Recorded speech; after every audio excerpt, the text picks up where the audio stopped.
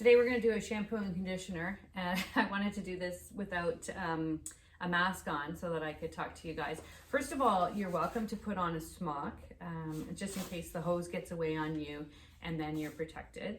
And also when you're shampooing someone else, I recommend that you put a cape and a towel on them.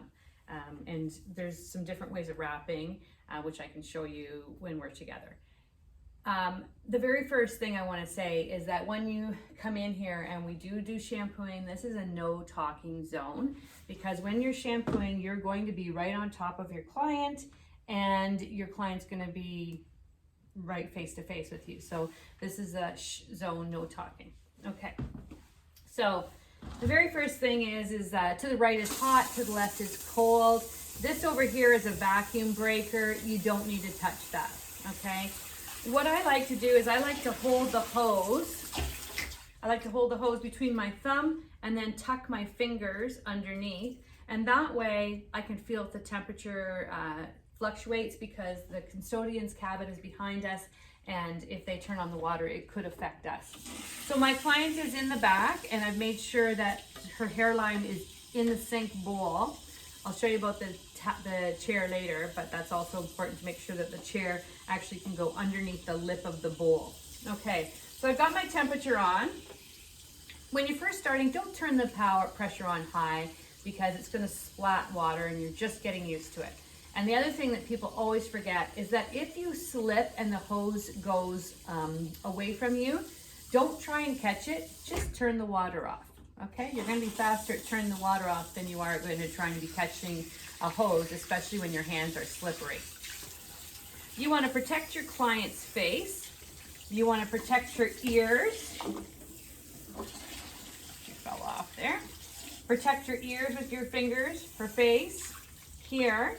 And then the hardest part is that, and maybe you can kind of see it in the back, I'm not sure if you can collect the mirror here, is you want to have the hose pressed right up against her head, and you take your fingers and you slide it along the base of her hairline, and then you're shoveling with the other hand to keep the water in the sink. You're going to take shampoo and you're going to put a little bit on your hands and emulsify it. Then you're going to put it through the hair. Just rake it through all the head. Then you're going to start off with your shampoo. Now this is shampooing a mannequin, and it's way different than shampooing a real person. Because with a real person, you want to do some pressure and you want to really give them a nice head massage. If you do that on your mannequin, you are going to mat it all up, and then you are going to be crying with a wet brush trying to get all the tangles out.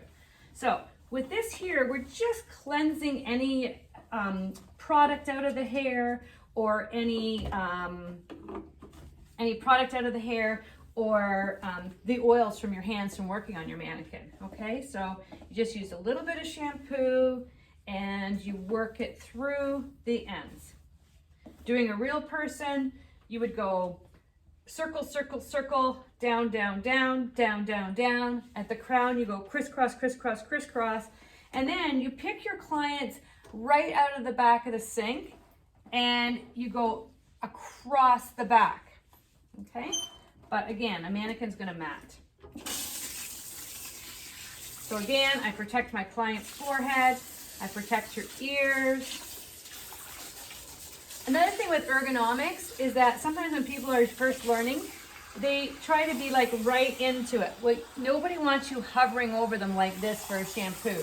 So you want to make sure you stand up. I put one leg in front of the other, and I bend at my hips or with my legs. I don't like go over top. So I'm coming down. You want to make sure that the water's warm, not hot, and not cold. If the water is hot or too cold, it will also mat the mannequin's hair. Once you've rinsed all the shampoo out, then you want to really give her a good wringing out. At home, for myself, I use a face cloth or a towel, and I go in and I pat it dry. Why? Because if I was at if I spilled my coffee on the floor, I wouldn't grab a sopping wet towel and try and clean it up. I would grab something dry. If something's soaking wet, it's not going to absorb the moisture on the floor. Same with her hair. So when I go to put the conditioner on, if her hair is soaking wet, it's not going to absorb the conditioner. You can be a little more generous with mannequins with conditioners. So you're going to put it in and you're going to put it, emulsify it in your hands.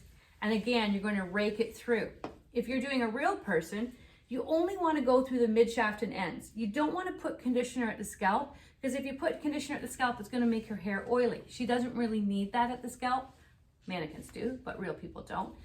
But you're going to concentrate more on the mid shaft and ends. Raking it through. And then you're going to rinse again.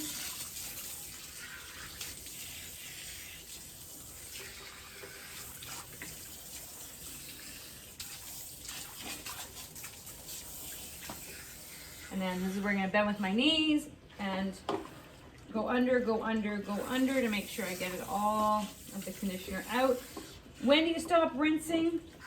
You stop rinsing when you start to feel it kind of matting up a bit.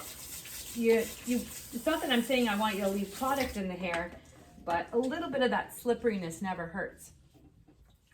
One last thing, I'm putting a towel on your mannequin to take her to the sink or your client so that she doesn't drip.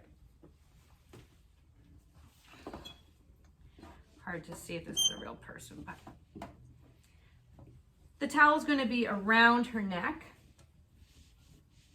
and you're going to make your babushka wrap. That's what I call it. So you're going to take your two ends, okay, and you're going to come up on the one side, up on the other side, and do a tuck. Then you're going to come from the far corner over to that side and do a tuck. And then your last little corner comes up and does another tuck. That way, when you take your mannequin over to your station, she's not going to be sopping wet. Now, courtesy. If you have spilled water on the floor, clean it up. It's not wrong to spill water on the floor. It's wrong to leave it on the floor. Second, take your towel or a clean towel or a paper towel and wipe the sink up. Especially if you're rinsing a color or something, you don't want to leave that in, or you got conditioner or something, especially around the lip area, and then your client goes to put her head back in and gets her collar stained. Thanks so much. Hope this was helpful.